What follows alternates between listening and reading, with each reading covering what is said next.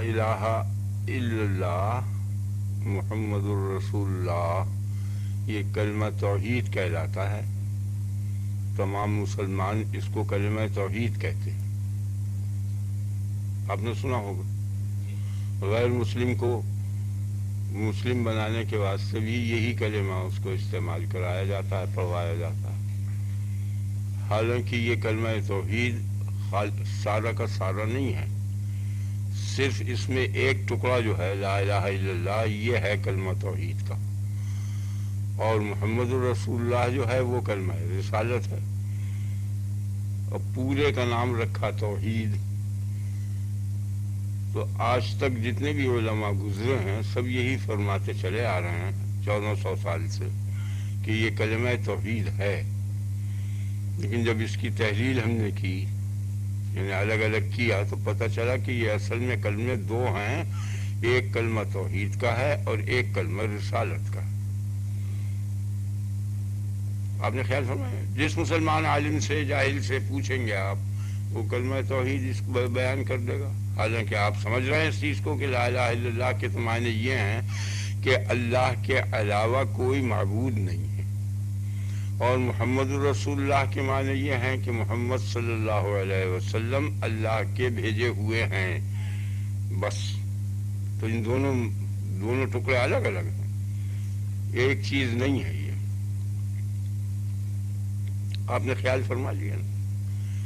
اب لا الہ الا اللہ کے معنی میں سمجھا دوں, اگر آپ فرمائیں تو نہیں آگے چلوں, کیونکہ اس کے معنی سمجھنے میں اکثر علماء متقدمین و متاخرین نے کچھ غور نہیں کیا اور التفات نہیں کیا کہ لا الہ الا اللہ کے معنی کیا ہیں.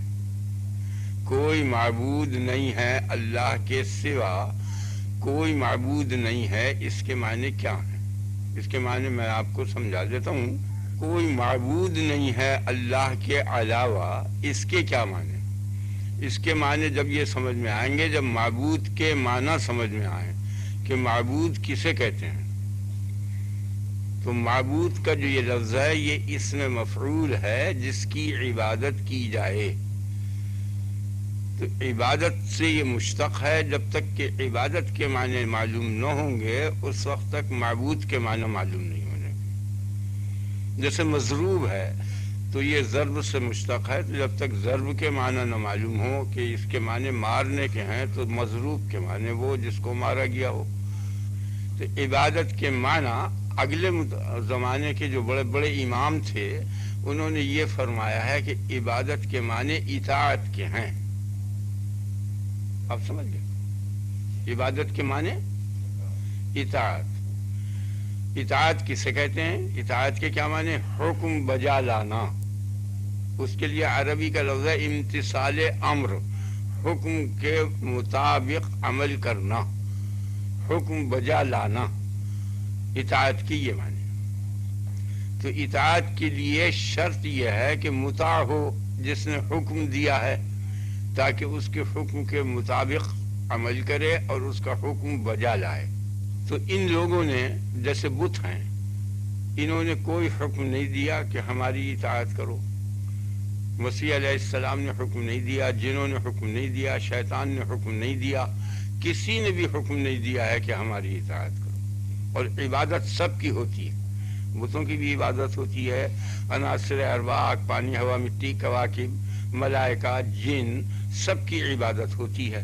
تو اگر عبادت کے معنی اطاعت کے ہوں گے تو اطاعت کے لیے لازمی ہے مطاع ہونا کہ وہ حکم دے. خیال میں آ گیا نا کہ میرے حکم کو بجا لاؤ.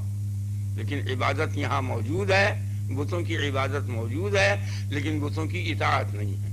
تو پتہ چل گیا کہ عبادت جو ہے اور چیز ہے اور اطاعت اور چیز ہے.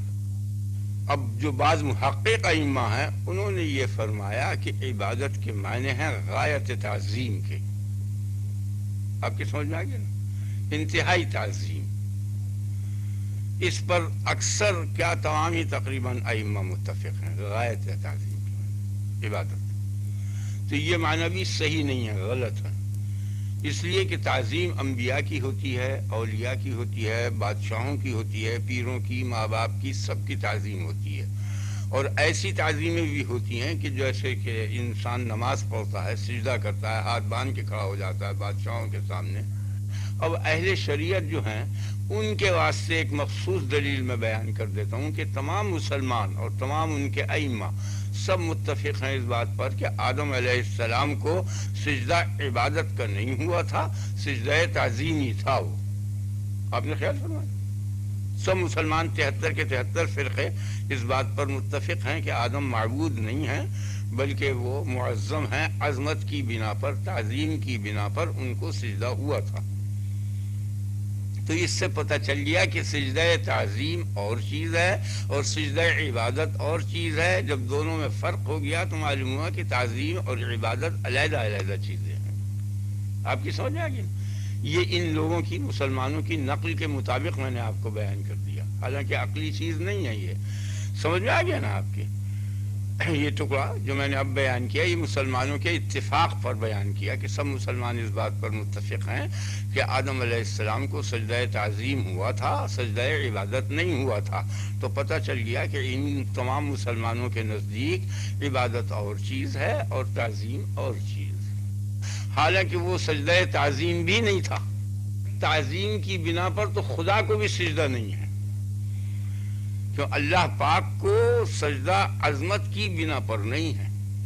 عظمت کی بنا پر یہ سجدہ نہیں ہوا، کیونکہ اگر عظمت کی بنا پر سجدہ ہوتا تو اللہ پاک دائماً معظم ہے، ہر وقت اس میں عظمت موجود ہے، تو ہر وقت وہ مستحق سجدہ ہوتا. لیکن طلوع کے وقت، غروب کے وقت، زوال کے وقت اس کو سجدہ کرنا حرام ہے.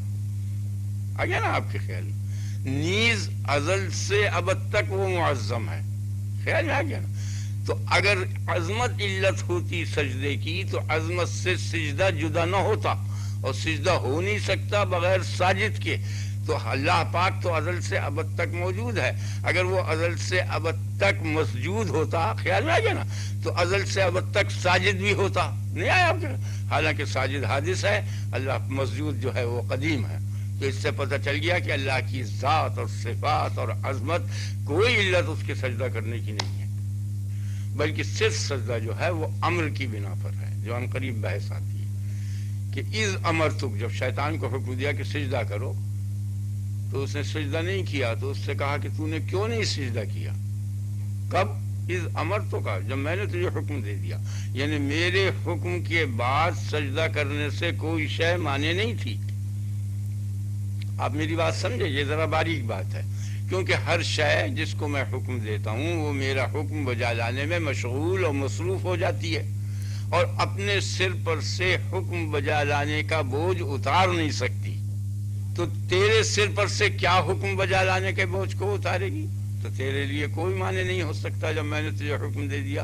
سجدہ صرف امر کو ہے، یعنی جس کا حکم اللہ تعالیٰ دے دے. اس نے اپنے ذات کے متعلق حکم دیا کہ مجھے سجدہ کرو، مجرد اس کے حکم کی بنا پر اس کو سجدہ کیا جائے گا. اس کے علاوہ وہ کہے کسی اور شے کو سجدہ کرو تو اس کے حکم کی بنا پر اسے بھی سجدہ کیا جائے گا. آ گیا نا آپ کے خیال میں؟ اس نے کہا کہ اس سمت کو سجدہ کرو، اس سمت کی، اس کے حکم کی بنا پر اس سمت کو سجدہ کیا جائے گا. اس کے خلاف حکم آ گیا تو دوسری سمت کو کیا جائے گا. جیسے یہی کعبہ ہے، 17 مہینے تک اس کعبے کی طرف سجدہ نہیں ہوا بلکہ بیت المقدس کی طرف سجدہ ہوا. تو مجرد حکم کی بنا پر سجدہ ہوا ہے. علت سجدہ جو ہے وہ صرف حکم ہے، عظمت نہیں ہے. حکم الہی جدھر ہوا وہ سجدہ ہو گیا. آپ نے خیال فرمایا؟ یہ ایک بحث دوسری اس سے آ گئی تھی. تو بہرحال عبادت کے معنی تعظیم کے نہیں ہیں. اب ایک تیسری جماعت ہے علماء کی، وہ یہ فرماتے ہیں کہ عبادت اس فعل کو کہتے ہیں کہ جس فعل کے کرنے سے اللہ تعالی راضی ہو جائے. تو یہ معنی بھی ناقص ہیں، مکمل نہیں ہے. اس لیے کہ جس طرح وہ عبادت سے راضی ہو جاتا ہے اسی طرح معاملات کی درستی سے بھی راضی ہو جاتا ہے. اگر کوئی نماز پڑھے تب بھی وہ راضی ہو جائے گا، اگر کوئی پورا سو جائے پورا ناپے تب بھی وہ راضی ہو جائے گا. معاملے کی درستی سے بھی راضی ہوتا ہے اور عبادت سے بھی راضی ہوتا ہے. تو اس سے پتہ چل گیا کہ اگر محض اس کی رضامندی کوئی فعل اس کی رضامندی کا ہو، اور اس کا نام عبادت ہو تو جتنے معاملات درست ہیں وہ سب عبادت بن جائیں گے. حالانکہ شریعت میں اور فقہ کی کتابوں میں 2 باب کر دیے ہیں، ایک باب عبادات کا ہے، ایک معاملات کا ہے. آپ نے خیال فرمایا یہ 3 ہی معنی میرے علم میں آئے تھے، سو تینوں میں نے آپ کے سامنے بیان کر دیے. ممکن ہے کچھ لوگوں نے اور بیان کی ہوں جس کا مجھے علم نہیں. اب میں کہتا ہوں کہ عبادت کے معنی کیا ہیں. میں اپنی ذاتی تحقیق آپ کے سامنے بیان کر دیتا ہوں، اسے آپ غور سے سن لیں. یہاں 2 چیزیں ہیں. ایک تو ایسی شے ہے جس کی ضرورت ہے. ضرورت جس شے کی ہوتی ہے اس کے معنی یہ ہوتے ہیں کہ اگر وہ شے نہ ہو تو ہلاک ہو جائے. جیسے کھانا ہے، پینا ہے، ہوا ہے، ان چیزوں کی ضرورت ہے. اور اس ضرورت کے معنی یہ ہیں کہ جس شے کی ضرورت ہے وہ شے نہ ہو تو ہلاک ہو جائے. ایک حاجت ہے. حاجت کے معنی یہ ہیں کہ جس شے کی حاجت ہے اگر وہ شے نہ ہو تو تکلیف پائے، ہلاک نہ ہو. جیسے شادی ہے، کیا شادی کی حاجت ہے، ضرورت نہیں ہے. اگر شادی نہیں کرے گا تو دکھ ہوگا، تکلیف پریشانی ہوگی، مگر ہلاک نہیں ہونے کا. لیکن کھانا پینا اگر نہیں ہونے کا تو ہلاک ہو جائے گا. تو کچھ اشیاء یہاں ایسی ہیں جن کی ضرورت ہے اور کچھ اشیاء ایسی ہیں جن کی حاجت ہے. خیال نہ کیا نا. تو ضرورت اور حاجت کی چیزیں جب میسر آ جایا کرتی ہیں تو وہ حاجت پوری ہو جایا کرتی ہے اور ضرورت پوری ہو جاتی ہے. جب ضرورت پوری ہو چکی تو اب کس کام کا ہے؟ انسان کی جب حاجت اور ضرورت جب دونوں پوری ہو چکی تو کل اشیاء جتنی بھی ہیں زمین سے لے کے آسمان تک، خلق لکم ما فی الارض جمیعا، تمہارے لیے تمام روئے زمین کی چیزوں کو پیدا کیا. سخر لکم ما فی السماوات و ما فی الارض جمیعا، تمام کائنات آسمانی اور زمینی تمہارے واسطے مسخر کر دی گئی. کل اشیاء انسان کے لیے ہیں براہ راست یا بالواسطہ. ہر حیثیت سے وہ انسان تک پہنچیں گی، جس کی بحث آگے اگر آئی موقع ہوا تو میں بیان کر دوں گا. کل اشیاء انسان کے لیے، اور وہ انسان کے لیے ہونے کے معنی یہ ہیں کہ انسان کو ان کی حاجت اور ضرورت ہے. جب وہ حاجت اور ضرورت انسان کی پوری ہو چکی تو اب انسان کس لیے ہے؟ آپ نے خیال فرمایا نا. ان اشیاء کے لیے تو ہو نہیں سکتا، کیونکہ یہ کل اشیاء اور کل کائنات اس کے لیے ہیں. اگر کل کائنات اس کے لیے جب ہو چکی اور یہ اس کائنات میں سے کسی کے لیے اگر ہو گیا تو وہ شاید بیکار ہو گئی. جب کل اشیاء اس کے لیے ہیں اور یہ ہو گیا ان اشیاء کے لیے تو وہ اشیاء تو یوں تباہ ہو گئیں کہ وہ اس کے لیے تھیں، اب اس کے لیے نہ رہیں. اور یہ یوں تباہ ہو گیا کہ یہ کسی اور کے لیے تھا اور یہ ان کے لیے ہو گیا. خیال آ گیا. لو کان فیہما آلہۃ الا اللہ لفسدتا، اگر زمین اور آسمان میں معبود ہوں گے تو زمین اور آسمان انتظام سے خارج ہو جائیں گے اور فاسد ہو جائیں گے، تباہ ہو جائیں گے. تباہ ہونے کے معنی یہ ہے کہ جو شے جس شے کے لیے تھی اس شے کے لیے نہ رہی. خیال ہے جیسے ٹوپی سر پہ پہننے کے لیے ہے، اگر کسی سر پہ بھی وہ نہ پہنی گئی تو اس کا ہونا نہ ہونے کے برابر ہوا، برباد ہو گیا. مکان رہنے بسنے کے لیے ہے، اگر کوئی نہیں رہا تو اس مکان کا ہونا جنگل کے برابر ہے، نہ ہونے کے لیے. کھانا کھانے کے لیے اگر وہ کھانا کھایا نہ گیا تو وہ سڑ کے خراب ہو گیا. تو انسان کا وجود جس شے کے لیے ہے، بس اس معنی کی معرفت ہی کا نام ایمان ہے اور اس کے مطابق عمل کرنے کا نام عبادت ہے. آگے نا آپ کے خیال میں، یعنی انسان کا وجود کس لیے ہے، وہ جس لیے وہ ہے، بس اس کے اس لیے کے جو معنی ہے اس معنی کا نام عبادت ہے. آگے نا آپ کے خیال، یعنی انسان نثار ہو رہا ہے خالق انسان پر. جس طرح کل اشیاء انسان پر نثار ہو رہی ہیں اور فدا ہو رہی ہیں، اسی طرح تمام کائنات جتنی ہیں، آپ سمجھ گئے نا اچھی طرح، انسان پر نثار ہو رہی ہے اور انسان خدا پر نثار ہو رہا ہے. آپ کی سمجھ آ گیا نا؟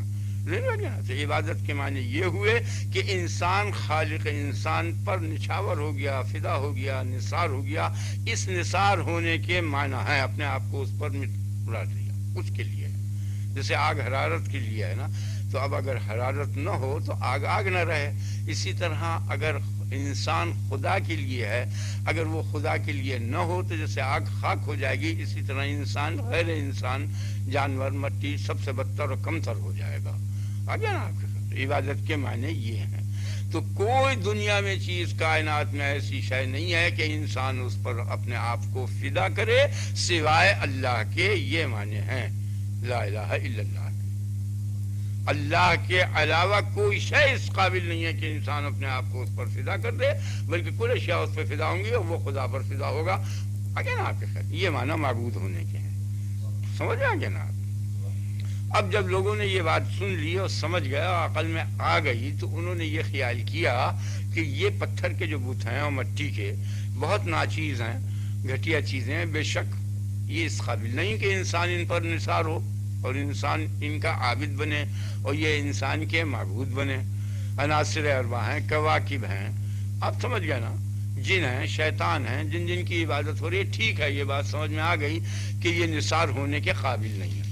لیکن محمد صلی اللہ علیہ وسلم تو بہت بڑی چیز ہیں، ان پر تو ضرور نثار ہونا چاہیے. خیال میں آ گیا نا آپ کے؟ آپ سمجھے ذرا باریک بات ہے.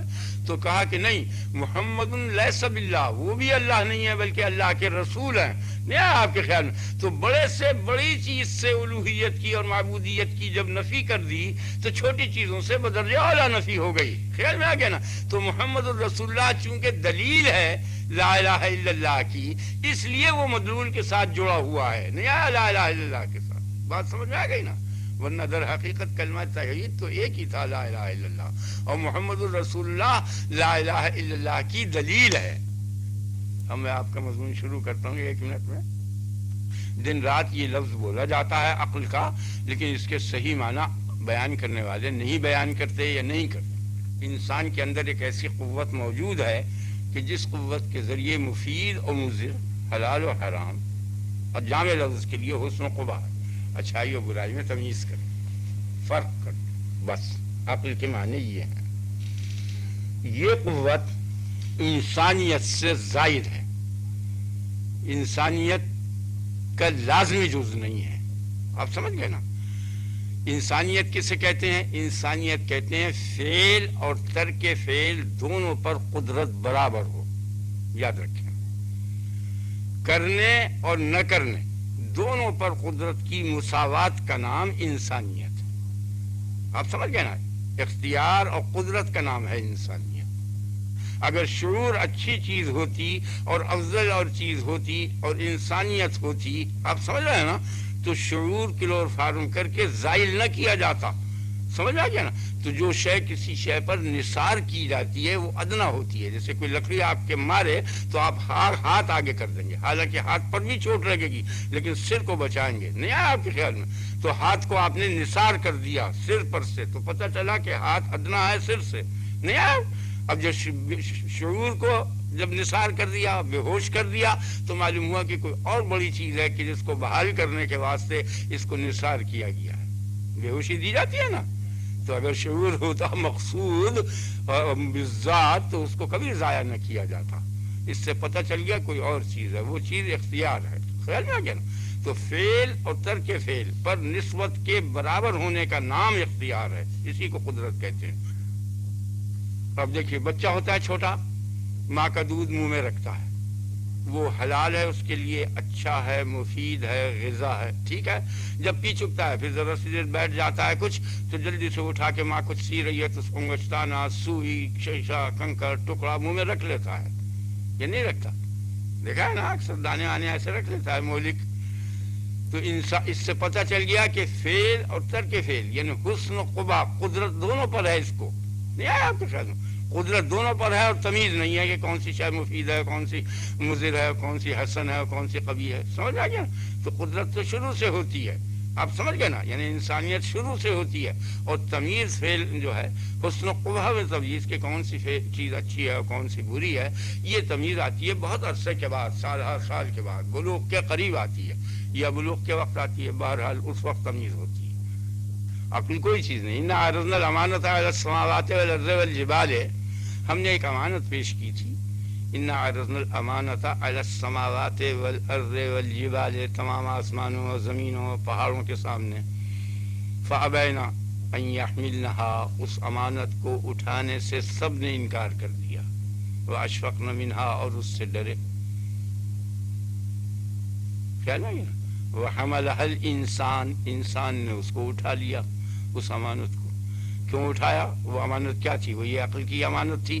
انہو کان ظلوما جہولا، بڑا ظالم و جاہل تھا، اس نے اپنی جان پر ظلم توڑا، بڑا ناواقف تھا کہ ایسی امانت کو اٹھایا اسے. وہ سب لوگ ہوشیار تھے، زمین آسمان نے کہا یہ تو بڑی مہلک چیز ہے، خیال میں آ گیا نا، اس وجہ سے اس کو تھا. آپ دیکھیں یہاں بھی جتنی تباہی کا سبب ہے عقلی ہو رہی. چھوٹا بچہ ہے، آپ دیکھیں اچھی طرح غور کر کے دیکھیں کہ ان تمام جانور جتنے ہیں ان کو جس وقت آپ کاٹیں گے، دکھ دیں گے، اس وقت تکلیف ہوگی، اس سے پہلے اور اس کے بعد کبھی تکلیف نہیں ہونے کی. اور انسان کو پہلی تکلیفوں کا رنج اس وقت ستاتا ہے، آنے والی مصیبتوں کا رنج اس کو ستاتا ہے. تو ماضی اور مستقبل جو دونوں غیر محدود چیزیں ہیں، غیر محدود تکلیفیں جانور کے سے زائد اس کے اندر موجود ہیں. جانور کو صرف ذبح کے وقت، دکھ دینے کے وقت دکھ ہوتا ہے، اس سے پہلے نہیں ہوتا. ابھی 4-5 بکرے کھڑے ہوں، ایک کو پکڑ کے ذبح کر دیں، باقی کے آگے چارہ ڈال دیں، آپ سب کھانے لگیں گے، کچھ پرواہ بھی نہیں کرنے کے. اگر 5 آدمیوں میں سے ایک کو قتل کیا جائے، 4 کے آگے کھانا رکھا جائے، ایک بھی نہیں کھانے کا، نہیں آیا آپ کے خیال میں؟ تو مستقبل کی تکلیفیں اسے یاد آتی ہیں. تو مقدمہ ہے، بیماری ہے کہ کل مر نہ جائے، مقدمہ ہے کل ہار نہ جائیں، برابر ابھی سے تکلیف شروع ہو جاتی ہے، پریشانی ہوتی ہے نا. پریشانی کسے کہتے ہیں؟ یاد رکھیں اس بات کو. ایک تو تکلیف کا وقوع ہے، نفس سے تکلیف ہے، ایک تکلیف کا تصور ہے. تکلیف کے تصور کا نام پریشانی ہے، یاد رکھیے جو بات ہو. تو کتنی مصیبت عقل کے باعث ہو رہی ہے. اگر عقل نہ ہوتی تو آنے والی مصیبتوں کا اور گزشتہ مصیبتوں کا کبھی رنج نہیں ہوتا. اسی لیے جہاں بھی حکم یہ آئی ہے خوشخبریاں، وہاں یہی آئی ہے کہ لا خوف علیہم ولا هم یحزنون. نہ گزشتہ تکلیفوں کی یاد انہیں ستائے گی، نہ آئندہ آنے والی کوئی تکلیف جو ہے اس کا خوف ہوگا. یہی بڑی چیز ہے، سمجھ آ گئی؟ تو یہ عقل کے باعث ہو رہی ہے. تو عقل کے باعث تمام جانوروں سے بدتر ہو گیا. جانور پاک ہیں اس سے، ان دونوں تکلیفوں سے. آگے نا آپ کے خیال میں اتنی بری چیز ہے عقل؟ آپ کے خیال میں آگے کہ اتنی ہلاکت اور تباہی کا سبب بن رہی ہے؟ ذہن میں بیٹھ گیا نا آپ کے؟ اب یہاں ہم کو اب ضابطے کی بحث شروع کرتے ہیں. قاعدے کے اندر اس اصول کو سمجھا دیتا ہوں کہ عقل برابر یہ کہہ رہی ہے کہ کیا اور کیوں. یہ شے کیا ہے اور یہ کیوں ہے. یہ ہے فعل عقل کا. نہیں ہے آپ کے خیال میں؟ کیا کہتی ہے عقل؟ جس کسی کو بچوں کو دیکھ کے پوچھے گا یہ کیا ہے مکان، یہ کب ہوا، یہ کیوں ہوا، سمجھ آ گیا نا؟ سوال، اس کو کہتے ہیں استفہام، طلب فہم. یہ سین طلب کا ہے، استفہام کے معنی طلب فہم. استفہام کے معنی ویسے پوچھے جاتے ہیں، پوچھنا، پوچھتا کس شے کو ہے، یہ شے کو نہیں جانتا. خیال میں آ گیا نا آپ کے؟ تو عقل برابر جو ہے استفہام کر رہی ہے. عقل کا حکم کیا ہے؟ یہ کیا، یہ کیوں، کب، کس طرح، یہ سوال ہوتا ہے. تو استفہام عقل کرتی ہے. عقل مستفہم ہے. دلیل کے باتوں مقدموں کو اچھی طرح غور کریں، جب سمجھ میں آئے گا. عقل کے لیے یہ ثابت ہے کہ وہ مستفہم ہے، یعنی طالب فہم ہے. خیال میں آ گیا نا آپ کے یا نہیں؟ اور طلب جو ہے، ایک طلب کے معنی جانتے ہیں آپ؟ طلب کسے کہتے ہیں؟ طلب کہتے ہیں ایک چیز کو چھوڑنا اور دوسری تک پہنچنا. ایک شے کو چھوڑنا اور دوسری تک پہنچنا، اس کے یہ طلب کے معنی ہے. خیال میں حرب اور وصل، چھوڑنا اور پہنچنا. یہاں سے چلے یہاں، خیال میں. اور چھوڑنا کس کا ہے؟ چھوڑتا ہے اس نقطے کو، وہ اس کا نام ہے قبح، خرابی، برائی. برائی سے بھاگتا ہے، بھلائی تک پہنچتا ہے. سمجھ آ گیا نا؟ قبح کا جو نقطہ ہے اس سے حرکت شروع ہوتی ہے طلب، اور حسن کا جو نقطہ ہے وہاں جا کے ختم ہوتی ہے، اور درمیانی مسافت جو ہوتی ہے وہ ذرائع ہوا کرتے ہیں. تو استفہام کے کیا معنی ہوئے؟ طلب فہم، سمجھنے کی طلب. اور طلب جو ہوتی ہے وہ حاجت کے بغیر نہیں ہو سکتی. حاجت کو پورا کرنے کے واسطے یہ حرکت ہوا کرتی ہے. سمجھ آ گیا نا یہ نہیں؟ تو عقل جو ہے وہ طالب فہم ہے، اور طالب فہم جو ہے وہ محتاج فہم ہے. تو عقل جو ہے وہ محتاج فہم ہو گئی. فہم کے معنی سمجھنا، سیکھنا، معلوم کرنا، تعلیم. تو عقل محتاج تعلیم ہے. جب یہ محتاج تعلیم ہو گئی تو یہ حاکم نہیں ہو سکتی. سمجھ آ گیا؟ کیونکہ اس کا کام تو تمیز دینا ہے حسن و قبح میں. تو حسن و قبح پہلے سے متحقق ہوگا تب ان دونوں میں یہ فرق کرے گی. نہیں آپ کے خیال؟ تو عقل سے جو پہلے متحقق ہوگا وہ خالق عقلی اس میں شے میں حسن و قبح پیدا کرے گا نا. اس حسن و قبح پیدا کر کے اس کے سامنے پیش کرے گا. خیال میں آ گیا آپ کے انسانیت کی بدولت، تو ان دونوں فعلوں پر، ترک فعل اور فعل دونوں پر اس کو گویا قدرت حاصل ہے، ان میں سے کوئی صحیح اختیار کر لے گا. آپ کے خیال میں آ گیا نا. تو حسن و قبح کی تمیز دینا یہ اس کی فرع ہے، یہ فرع ہے اس بات کی کہ پہلے سے حسن و قبح موجود ہو. اس لیے کسی شے میں حسن و قبح کا حکم عقل نہیں کر سکتی، محال ہے. عقل محتاج تعلیم ہے، معلم بتائے گا اس کو. معلم جب بتا دے گا کہ یہ حسن ہے اور یہ قبیح ہے، سمجھ آ گیا نا، پھر اس کے دل میں وہ جم جائے گی اور جم کے ایک معیار بنے گی. اب آگے جتنی اشیاء آئیں گی ان کو اس معیار پر پرکھ کر اچھا و برا کہتا چلا جائے گا. آپ کے خیال میں گیا پہلے سے مخیلہ یہ پیدا ہوگا. وہ مخیلہ پیدا کرنے والا جو ہے وہ معلم عقل ہے. اب معلم عقل کون ہے؟ اب اس کو دیکھنا ہے. تو اب عقل جو ہے یہ ہے خاتم المخلوقین. اس مخلوق کے بعد کوئی مخلوق نہیں بنی، سب سے پیچھے بنی ہے. اس سے پہلے حس موجود ہے، حس و حرکت ہے. حس و حرکت سے پہلے پھر نمو موجود ہے، نباتات، پھر جمادات، پھر عناصر اربع، پھر ان سے پہلے حرکات کوکب، افلاک اور تمام عرش و کرسی لوح و قلم و کل کائنات. یہ پوری کائنات جتنی ہے ان میں سے کوئی بھی معلم عقل بننے کے قابل نہیں ہے. یعنی اب عقل کا معلم کون ہونا چاہیے؟ عقل کے علاوہ دوسری شے ہونی چاہیے نا جو اس کو عقل کو تعلیم دے. تو دوسری شے یا تو حس ہوگی، حس و حرکت یعنی حیوانیت ہوگی، یا نباتیت ہوگی، یا جمادیت ہوگی، خیال ہے یا جوہریت ہوگی، یا افلاک ہوں گے. آپ سمجھ گئے نا، یا افلاک کے باشندے ہوں گے ملائکہ وغیرہ.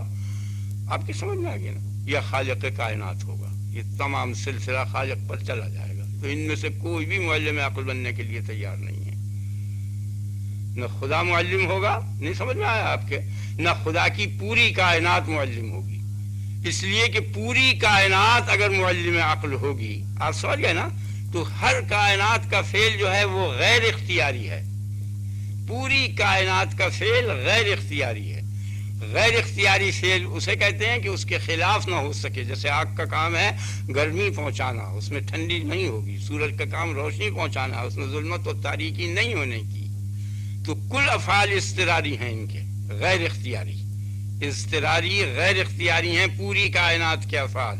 اگر پوری کائنات میں سے، پوری کائنات یا کائنات میں سے کوئی ایک فرد معلم عقل ہوگا تو اس کا فعل اضطراری ہوگا، غیر اختیاری نہیں ہونے کا. کیا مطلب؟ کہ جو تعلیم وہ دے گا اس تعلیم پر انسان معلم ہونے پر مجبور ہو جائے گا، اور مجبور ہوتے ہی انسانیت سے خارج ہو جائے گا کہ وہ انسان ہے مختار. اب کی سمجھ آئے گی نا. بکرے نے کہہ دیا اگر آتی لا الہ الا اللہ محمد رسول اللہ خدا وحدہ لا شریک ہے، تو کس کی مجال ہے جو انکار کر دے؟ یا آسمان کہنے لگے، چھت کہنے لگے، وہ گلدان کہنے لگے، لکڑی کہنے لگے، ایک آدمی بھی غیر مسلم نہیں رہ سکتا. آپ سمجھ گئے نا. ان میں سے کوئی کہہ دے قیامت آئے گی تو کس کی مجال؟ سب کاروبار چھوڑ چھاڑ اور سب ادھر ہی ہو جائیں گے، دنیا کا نظام ہی بگڑ جائے گا. آگے نا بیل جاریہ ہے، جاتے جاتے دونوں طرف دیکھے، ادھر ادھر دیکھتے وقت ہے اس کے سینگ میں سے یہ آواز آیا کہ خدا ہے کہ قریب قیامت آنے والی ہے، ڈرو خدا سے. سمجھ میں آ گیا کس کی مجال ہے جو انکار کر سکے؟ آ گیا نا آپ کے خیال میں. تو کائنات میں سے کوئی بھی نہیں ہے، نہ ملائکہ، فرشتے آن کے کہیں جب بھی نہیں. کیونکہ فرشتے اگر انسان کی شکل میں آئیں گے تو انسان کی شکل میں آنے کے بعد جو اعتراض اس موجود نبی پر ہوتا ہے، موجود انسان نبی پر، وہی ان پر ہوگا. نہیں آیا آپ کے خیال؟ پبلک جو ان پہ اعتراض کرتی ہے وہ ان پہ کرے گی. اور اگر اصلی حالت میں آئیں گے تو اصلی حالت میں آتے ایک دم مجبور ہو جائیں گے، فوراً مان لیں گے، انکار کی قابلیت جاتی رہے گی. نہیں آیا آپ کے خیال؟ تو ملائکہ بھی معلم نہیں ہو سکتے. اب رہ گیا خالق ملائکہ اور خالق کائنات، وہ بھی معلم نہیں ہو سکتا. اگر خدا تعالیٰ بتائے کہ میں ایک وحدہ لا شریک ہوں، مجھے مانو، تو کس کی مجال ہے جو انکار کرے؟ آپ کے سامنے خدا کا ہے. نہیں آیا آپ کے خیال؟ ذہن میں بیٹھ گیا نا. تو خدا بھی معلم نہیں ہو سکتا. ذہن میں بیٹھ گیا نا. بات سمجھ میں آئی؟ یعنی خدا کا ارادہ وہ تو خدا کا فعل ہوا، اور خدا کے ارادے سے پوری کائنات بنی. نہیں آیا آپ کے خیال میں؟ وہ پوری کائنات یعنی خدا اور اس کا اسٹاف پورا میں ہم لے کے، نہیں سمجھے، وہ معلم نہیں ہو سکتا. اب یہاں ایک اور شے ہے، اس کا نام ہے امر. خدا کا ارادہ نہیں بلکہ خدا کا امر، اس کا نام ہے امر. وہ معلم ہوگا. وہ کیا چیز ہے؟ یعنی ایسی تعلیم ہونی چاہیے کہ تعلیم معلم جو ہے، طالب علم، طالب فہم، اس کو ماننے اور نہ ماننے دونوں پر اختیار ہو. تو معلم عقل جو ہے وہ انسان نبی ہے. وہ بتائے گا انسان کی عقل کو کہ یہ اچھی چیز ہے، یہ بری چیز ہے۔ اب تک آپ کو یہ ثابت ہوا کہ معلم عقل صرف نبی ہوگا، یعنی انسان نبی، وہ امر الہی کے ماتحت ہے، ارادہ الہی کے ماتحت نہیں ہے۔ ارادے سے تو مراد جدا نہیں ہے نا، جو اللہ ارادہ کر لے گا اس کے خلاف نہیں ہو سکتا، جو اللہ حکم دے گا اس کے خلاف ہو سکتا ہے۔ نہیں ہے آپ کے خیال، اللہ نے حکم دیا نماز پڑھو، آپ اس کے خلاف کر سکتے ہیں؟ شیطان کو حکم دیا سجدہ کرو، اس کے خلاف کر دیا نہیں کر دیا اس نے؟ اس دنیا کی زندگی میں جن اعمال کو دخل ہے اس میں تو عقل کی ضرورت نہیں، کیونکہ بہت بڑی اکثریت جو تقریباً کلیت ہے، اور اس کے سامنے انسان ایک قطرہ ہے بحر کے مقابلے میں، اتنی حیوانات کی کثرت ہے۔ اگر دنیا کی زندگی گزارنے میں عقل کی ضرورت ہوتی تو ان تمام حیوانات کو عقل دی جاتی۔ تو معلوم ہو گیا کہ اس دنیا کی زندگی گزارنے کے لیے عقل نہیں ہے، اور نہیں سب حیوان یہ جب بے عقل کے گزار رہے ہیں، نہیں گزار رہے سب، گدھا، بندر، کتا، دریائی جانور، ہوائی جانور، سب کسی میں بھی عقل نہیں ہے، سب بغیر عقل کے دنیا کی زندگی گزار رہے ہیں اور اس حیات کے پل پر سے گزر رہے ہیں۔ اگر انسان بھی عقل سے کام لے کر اس دنیا کی زندگی کو گزار گیا اور عقل کے پل پر سے گزر گیا تو جانوروں سے بدتر ہو گیا، جانور کی مثل ہو گیا، یا اور جانور سے بدتر ہو گیا۔ مثل تو یوں ہو گیا کہ جس طرح وہ اس پل پر سے گزر گئے یہ بھی گزر گیا، نہیں اور بدتر یوں ہو گیا کہ ایک پہاڑ جیسا بوجھ عقل کا سر پہ لاد کر یہ گزرا، وہ ہلکے پھلکے گزر گئے، تو جانوروں سے بدتر، تو بدترین خلائق ہو گیا۔ اسی لیے کتاب الہی میں تصریح ہوئی کہ انہم الا کالانعام، یہ مثل چوپایوں کے ہیں، بل ہم اضل، بلکہ ان سے بھی بدتر۔ چوپائے تو یوں کہ جس طرح وہ زندگی گزار گئے یہ بھی گزار گئے، بدتر یوں کہ اتنا بڑا بوجھ اٹھا کے لایا اور بد نصیب ہو گیا۔ بس اب اس بیان کو ہم یہیں ختم کر دیتے ہیں اور اپنے نبی پر درود و سلام پڑھیں۔ اللہم صلی علی نبینا و مرسلنا مولانا محمد و آلہ و اصحابہ اجمعین۔ اللہم بارک علی محمد و علی آل محمد کما بارکت علی ابراہیم و علی آل ابراہیم انک حمید مجید۔ اللہم انا نسألک العفو والعافیہ فی الدنیا والآخرہ۔ اللہم انا نسألک الیقین۔ سبحان ربک رب العزت عما یصفون وسلام علی المرسلین والحمد للہ رب